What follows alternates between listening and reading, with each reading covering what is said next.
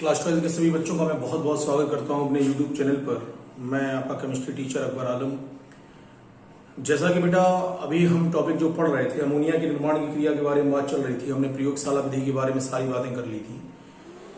प्रयोगशाला विधि के बाद अब जो हमारा नेक्स्ट टॉपिक जो आता है, अमोनिया के निर्माण की अन्य विधियों के बारे में हम बात करेंगे। आज का हमारा वीडियो अमोनिया के निर्माण की अन्य विधियां हैं और आज का जो टॉपिक है इसमें आज मैं आपको एक हैबर विधि पढ़ाऊंगा अमोनिया के निर्माण की। बहुत इंपॉर्टेंट है, लॉन्ग क्वेश्चंस में, यूपी बोर्ड एग्जामिनेशंस में बहुत पूछी जाती है। इसलिए इस वीडियो को बहुत अच्छे से देखना है और इसके जो नोट्स हैं वो अपने पास आपको बनाने का काम करना है। आइए हम वीडियो को स्टार्ट करते हैं, देखते हैं। देखिए, इस वीडियो में आप सबसे पहला जो टॉपिक आज हम पढ़ने का काम कर रहे हैं, इस टॉपिक में अमोनिया के निर्माण की अन्य विधियों के बारे में हम यहाँ पे बात कर रहे हैं। देखिए, सबसे पहला साइनेमाइड प्रक्रम के द्वारा। साइनेमाइड क्या लिया हमने यहाँ पे? कैल्शियम साइनेमाइड को लेने का कार्य किया। ठीक है, कैल्शियम साइनेमाइड को हमने 1800 डिग्री सेंटीग्रेड पे, कितने डिग्री सेंटीग्रेड पे? 1800 डिग्री सेंटीग्रेड टेम्परेचर पे।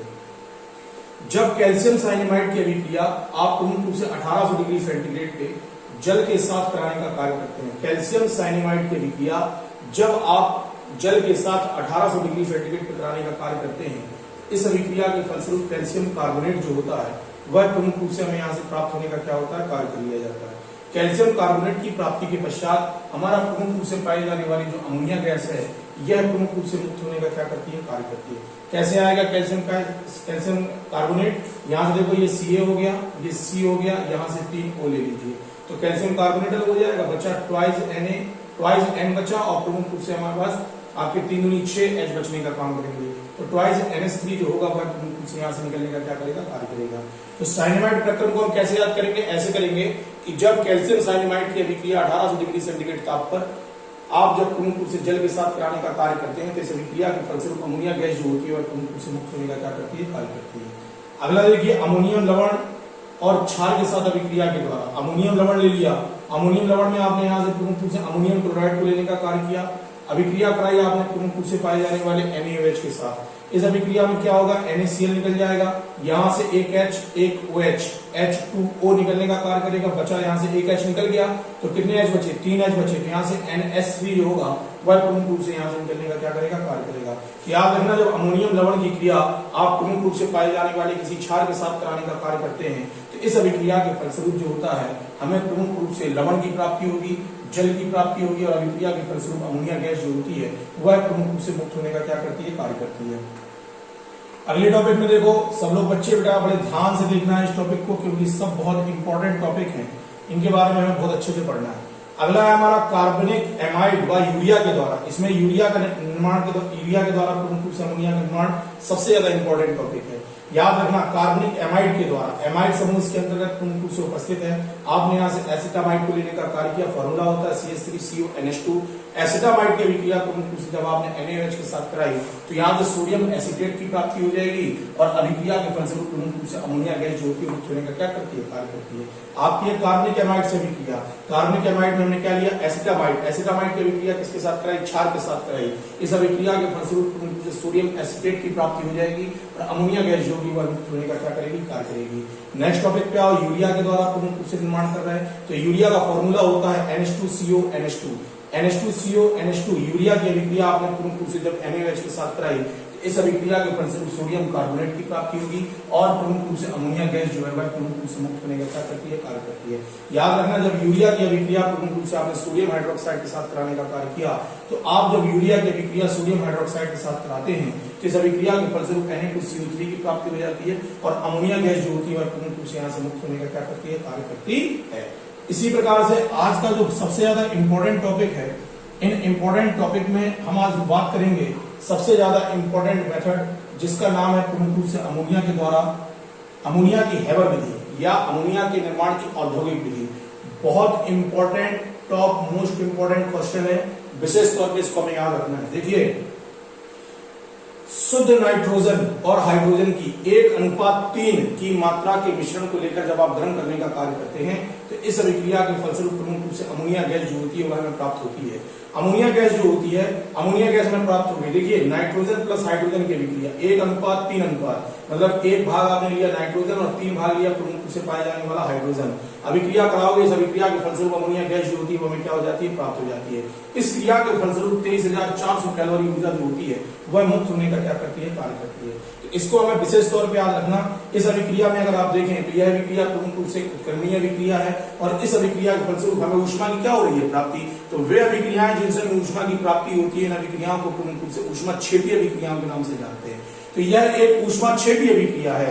इस ऊष्माक्षेपी अभिक्रिया में होता क्या है कि अमोनिया का निर्माण तो हो जाता है, लेकिन इस अभिक्रिया के फलस्वरूप आयतन के मान में क्या आने लगती है, कमी आने लगती है, जिसके कारण लासा-तेलिए के नियम के अनुसार अमोनिया जो होती है वह बहुत कम मात्रा में बनने का क्या करती है, कार्य करती है। इसीलिए हम लासा-तेलिए के नियम के अनुसार अब क्या करेंगे, लासा-तेलिए के नियम के अनुसार बहुत कम ताप पर और अधिक दाब पर जब हम प्रमुख रूप से क्रिया कराते हैं तो अधिक अमोनिया गैस जो होती है मुक्त होने का कार्य करती है। ये क्वेश्चन बहुत पूछा गया है। क्वेश्चन पूछा जाता है कि भाई आप जब प्रमुख रूप से अमोनिया के निर्माण का कार्य करते हैं तो उसके आयतन में कमी आती है, तब आप क्या करते हैं, तब हम ये करते हैं कि लासा-तेलिए के नियम के अनुसार हम बहुत कम ताप और बहुत अधिक दाब पर प्रमुख रूप से पाए जाने वाले जब बहुत कम ताप और बहुत अधिक दाब देने का कार्य करते हैं तो इस अभिक्रिया के फलस्वरूप अधिक मात्रा में अमोनिया गैस जो होती है वो प्राप्त होने का कार्य करती है। इस अभिक्रिया में कम ताप पर अभिक्रिया का वेग बढ़ाने के लिए आप एक उत्प्रेरक को लगाने का कार्य करते हैं, कैटलिस्ट लगाते हैं। उत्प्रेरक क्या होते हैं, वे पदार्थ जो प्रमुख रूप से किसी रासायनिक अभिक्रिया के वेग को या तो बढ़ा दें या किसी रासायनिक अभिक्रिया के वेग को घटाने का कार्य करते हैं। इस प्रकार के पाए जाने वाले पदार्थों को हम उत्प्रेरक के नाम से क्या करते हैं, जानते हैं। देखो टेम्परेचर हमने कितना लगा लिया, टेम्परेचर 450 से 500 डिग्री सेंटीग्रेड टेम्परेचर लेने का काम कर रहे हैं और प्रमुख रूप से वायुमंडलीय दाब कितना लगा रहे हैं, 200 वायुमंडलीय दाब को लगाने का कार्य कर रहे हैं। तो इस अभिक्रिया में होगा क्या कि प्रमुख रूप से उत्प्रेरक के रूप में आपने लोहे के चूर्ण के साथ आपने मोलिब्डेनम को मिलाने का कार्य किया। याद रखना ये क्वेश्चन पूछा जाता है, ऑब्जेक्टिव क्वेश्चन पूछा जाता है, अमोनिया गैस के निर्माण का कार्य करने के लिए किन उत्प्रेरकों को उपयोग में लाया जाता है। तो भैया अमोनिया गैस का निर्माण करने के लिए लोहे के चूर्ण में आप थोड़ी सी मात्रा मोलिब्डेनम की मिला दीजिए, ये उत्प्रेरक के रूप में क्या करते हैं, कार्य करते हैं। उत्प्रेरक क्यों लगा रहे हैं, क्योंकि अभिक्रिया के वेग को हमें बहुत कम ताप पर बहुत तेजी से बढ़ाने का क्या करना है, कार्य करना है, जिससे अधिक मात्रा में अमोनिया गैस को प्राप्त करने का कार्य किया जा सके। इसके बाद क्वेश्चन पूछा जाएगा भाई कितने डिग्री सेंटीग्रेड पे यह अभिक्रिया संपन्न होती है, तो लिखा है 450 से 500 डिग्री सेंटीग्रेड पे यह क्रिया जो होती है संपन्न होती है। कितने वायुमंडलीय दाब पे, तो 200 वायुमंडलीय दाब पर लगाने का क्या करते हैं, कार्य करते हैं। तो नाइट्रोजन तथा हाइड्रोजन की 1:3 मात्रा को लेकर जब प्रमुख रूप से पाई जाने वाली इस अभिक्रिया को हम कितने 450 से 500 डिग्री सेंटीग्रेड ताप पर आप प्रमुख रूप से 200 वायुमंडलीय दाब पर इस अभिक्रिया में जब कुछ मात्रा में हम उत्प्रेरक के रूप में लोहे के चूर्ण और मोलिब्डेनम को मिलाकर जब क्रिया को कराते हैं तो इस क्रिया के फलस्वरूप लासा-तेलिए के नियम के अनुसार अधिक मात्रा में प्रमुख रूप से अमोनिया गैस जो होती है वह प्राप्त होने का क्या करती है, कार्य करती है। ये हमारा सिद्धांत है।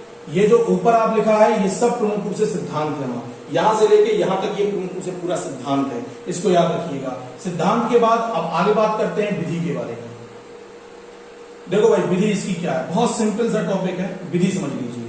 देखिए विधि को समझो, लिखा है विधि में शुद्ध नाइट्रोजन तथा हाइड्रोजन की 1:3 मात्रा, मतलब 1 भाग प्रमुख रूप से नाइट्रोजन और 3 भाग प्रमुख रूप से हमने क्या लिया, हाइड्रोजन। नाइट्रोजन तथा हाइड्रोजन की 1:3 मात्रा को कंप्रेसर पंप की सहायता से 200 वायुमंडलीय दाब पर आप प्रमुख रूप से 200 वायुमंडलीय दाब पर 400 से 500 डिग्री सेंटीग्रेड ताप पर आप प्रमुख रूप से लोहे के बारीक चूर्ण तथा मोलिब्डेनम से भरे हुए जो उत्प्रेरक कक्ष होते हैं उसके अंतर्गत प्रमुख रूप से नाइट्रोजन तथा हाइड्रोजन को प्रवाहित करने का कार्य करते हैं। फिर से सुन लो, समझ लो, नाइट्रोजन तथा हाइड्रोजन की 1:3 मात्रा को 450 से 500 डिग्री सेंटीग्रेड ताप पर तथा 200 वायुमंडलीय दाब पर जब उत्प्रेरक कक्ष में प्रवेश कराने का कार्य किया जाता है, जिसमें लोहे के चूर्ण के साथ मोलिब्डेनम जो होता है वो उत्प्रेरक के रूप में उपस्थित रहने का क्या करता है, कार्य करता है। जब आप इसके अंतर्गत इसको प्रवेश कराओगे तो बहुत अधिक मात्रा में प्रमुख रूप से अमोनिया गैस जो होती है वह बनने का क्या करती है, कार्य करती है। बनने वाली है जो अमोनिया गैस है कितने प्रतिशत मात्रा की, 10 से 15% अमोनिया की क्या होता है, निर्माण का कार्य कर लिया जाता है। बनने वाली इस अमोनिया को उत्प्रेरक कक्ष से संघनित कक्ष के अंतर्गत प्रमुख रूप से प्रवेश कराने का कार्य करते हैं। जब आप इसको संघनित कक्ष के अंतर्गत प्रमुख रूप से प्रवेश कराने का कार्य करोगे ना, तो संघनित कक्ष में प्रमुख रूप से पाई जाने वाली गैस जो होती है वह क्या होती है, ठंडी होती है, और जल के साथ क्रिया करके द्रवित अमोनिया जो होती है वह हमें नीचे की ओर क्या हो जाती है, प्राप्त हो जाती है। शेष अगर गैस जो बचती है उसको हम प्रमुख रूप से सर्कुलेशन पंप के अंतर्गत अंतर्गत प्रवेश कराएंगे। सर्कुलेशन पंप से पुनः गैस को प्रमुख रूप से उत्प्रेरक कक्ष के अंतर्गत प्रवेश कराने का कार्य किया जाता है। इस प्रकार से लगातार क्रिया चलती रहती है और अमोनिया गैस जो होती है वह प्रमुख रूप से अधिक मात्रा में क्या होती है, प्राप्त होती है। इसको विशेष तौर पर याद रखिएगा। चार चीजें ऑब्जेक्टिव में याद रखनी है। कितना वायुमंडलीय दाब, 200 वायुमंडलीय दाब, कौन सा उत्प्रेरक, मोलिब्डेनम और Fe ये उत्प्रेरक के रूप में काम करेंगे, कितने डिग्री सेंटीग्रेड पे, 450 से 500 डिग्री सेंटीग्रेड पे, नाइट्रोजन और हाइड्रोजन की कितने अनुपात मात्रा को, तो 1:3 मात्रा को प्रमुख रूप से लेने का क्या करते हैं, कार्य करते हैं। 1 भाग नाइट्रोजन और 3 भाग प्रमुख रूप से हाइड्रोजन को लो, उसको प्रमुख रूप से कंप्रेसर पंप में डालो और कंप्रेसर पंप के द्वारा आप प्रमुख रूप से 450 डिग्री सेंटीग्रेड ताप से 200 वायुमंडलीय दाब पर उत्प्रेरक कक्ष में प्रवेश करा दो। उत्प्रेरक कक्ष में प्रमुख रूप से जो अमोनिया बनेगी, इस उत्प्रेरक कक्ष में उत्प्रेरक के रूप में क्या उपस्थित होगा, लोहे का चूर्ण और मोलिब्डेनम जो होगा वह उपस्थित रहने का क्या करेगा, कार्य करेगा। यहां से अमोनिया बन गई। अमोनिया बनने के बाद इसको संघनित कक्ष के अंतर्गत प्रवेश कराइए, जहां पर जल के साथ क्रिया करेगी और द्रवित अमोनिया जो होती है वो क्या हो जाती है, एकत्रित। अगर कुछ मात्रा में गैस बचती है तो उसको सर्कुलेशन पंप के द्वारा पुनः प्रमुख रूप से उत्प्रेरक कक्ष में क्या कर दिया जाता है, पहुंचा दिया जाता है। सर्कुलेशन पंप से पुनः आपने उत्प्रेरक कक्ष में क्यों पहुंचा दिया, क्योंकि हम संपूर्ण मात्रा की नाइट्रोजन तथा हाइड्रोजन की संपूर्ण मात्रा को अमोनिया के रूप में परिवर्तित करने का कार्य करना चाहते हैं। इस प्रकार से आपकी अमोनिया गैस जो होती है वह प्रमुख रूप से बनने का क्या करती है, कार्य करती है। औद्योगिक स्तर पर अमोनिया का निर्माण इसी विधि के द्वारा प्रमुख रूप से किया जाता है। इसीलिए इस क्रिया को हम प्रमुख रूप से पाए जाने वाले अमोनिया के निर्माण की औद्योगिक विधि के नाम से क्या करते हैं, जानते हैं। चलो आगे बढ़ जाओ, चित्र देख लो, चित्र से समझ लो, एक बार और पूरा रिवीजन हो जाएगा। देख लो, समझ लो, बहुत सिंपल सा, सिंपल भाषा में समझाते हैं। देखिए, ये कंप्रेसर पंप है हमारा, ये जो पंप है ये कंप्रेसर पंप। इस कंप्रेसर पंप में नाइट्रोजन तथा हाइड्रोजन की 1:3 मात्रा को आपने लिया। इस कंप्रेसर पंप के द्वारा प्रमुख रूप से 450 से 500 डिग्री सेंटीग्रेड ताप पर और वायुमंडलीय दाब कितना, 200 वायुमंडलीय दाब पर आप प्रमुख रूप से कंप्रेसर पंप के द्वारा नाइट्रोजन तथा हाइड्रोजन को आप उत्प्रेरक कक्ष के अंतर्गत प्रवेश करा देंगे। इस उत्प्रेरक कक्ष में मोलिब्डेनम और Fe के जो चूर्ण होते हैं वो उपस्थित रहते हैं। अब उत्प्रेरक का काम क्या है, किसी रासायनिक अभिक्रिया के वेग को बढ़ाना या किसी रासायनिक अभिक्रिया के वेग को घटाना। तो यहाँ से रासायनिक अभिक्रिया का वेग बढ़ता है, यहाँ से निकलने वाली जो गैस होती है, यहाँ से प्रमुख रूप से अमोनिया गैस जो है वह प्रमुख रूप से निकलने का क्या करती है, कार्य करती है। इस अमोनिया गैस को उत्प्रेरक कक्ष से आप लेके जाइए, ये संघनित कक्ष है जहां पर ठंडे जल को प्रवेश कराया जाता है। जब ठंडा जल इसमें प्रवेश करता है तो ठंडे जल के प्रवेश करने के कारण ये अमोनिया जो होती है वो द्रवित होती है और द्रवित होने के पश्चात पाई जाने वाली यह अमोनिया जो होती है यह द्रव अमोनिया के रूप में प्रमुख रूप से यहाँ पे क्या हो जाती है, एकत्रित हो जाती है। शेष बची हुई गैस जो होती है इसको प्रमुख रूप से पुनः हम कहाँ पहुंचाते हैं, सर्कुलेशन पंप में, और सर्कुलेशन पंप से होती हुई प्रमुख रूप से गैस जो है यह पुनः उत्प्रेरक कक्ष में आने का क्या करती है, कार्य। उत्प्रेरक कक्ष से पुनः प्रमुख रूप से संघनित कक्ष में जाएगी, पुनः प्रमुख रूप से अमोनिया, द्रवित अमोनिया की प्राप्ति होगी और पुनः द्रवित अमोनिया से होता हो जैसे जैसे गैस बचती जाएगी सर्कुलेशन पंप से ये लगातार उत्प्रेरक कक्ष में आने का क्या करती जाएगी, कार्य करती जाएगी। इस प्रकार से हमारे प्रमुख रूप से पाई जाने वाली औद्योगिक स्तर पर अमोनिया जो होती है वह अधिक मात्रा में क्या होती है, प्राप्त होती है।